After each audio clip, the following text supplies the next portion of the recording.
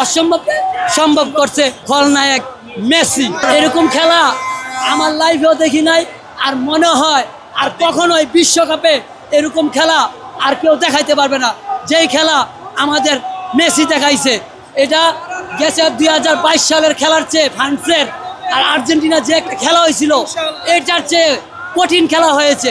আর এরকম খেলা বিশ্বকাপে রেকর্ড আমার মনে হয় করতে পারবে না।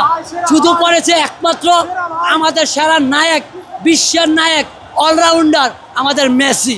ক্লেমন নিয়ে এলো বিরাট কারবার। ইউনিক কোডটি সাবমিট করলে জিততে পারো লক্ষ লক্ষ গিফট।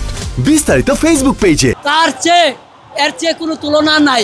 এটা স্বপ্নের মতো বোঝা যায়। এটা অসম্ভবকে সম্ভব করা হয়েছে।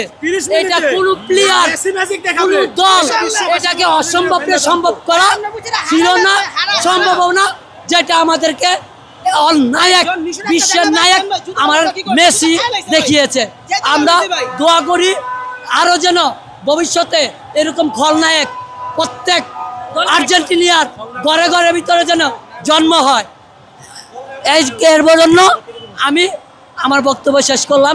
সবে আর্জেন্টিনা ফিলিংস কেমন ছিল? শুরু থেকে প্রথম শুরু থেকে মোটামুটি ফিলিংসটা ভালোই ছিল।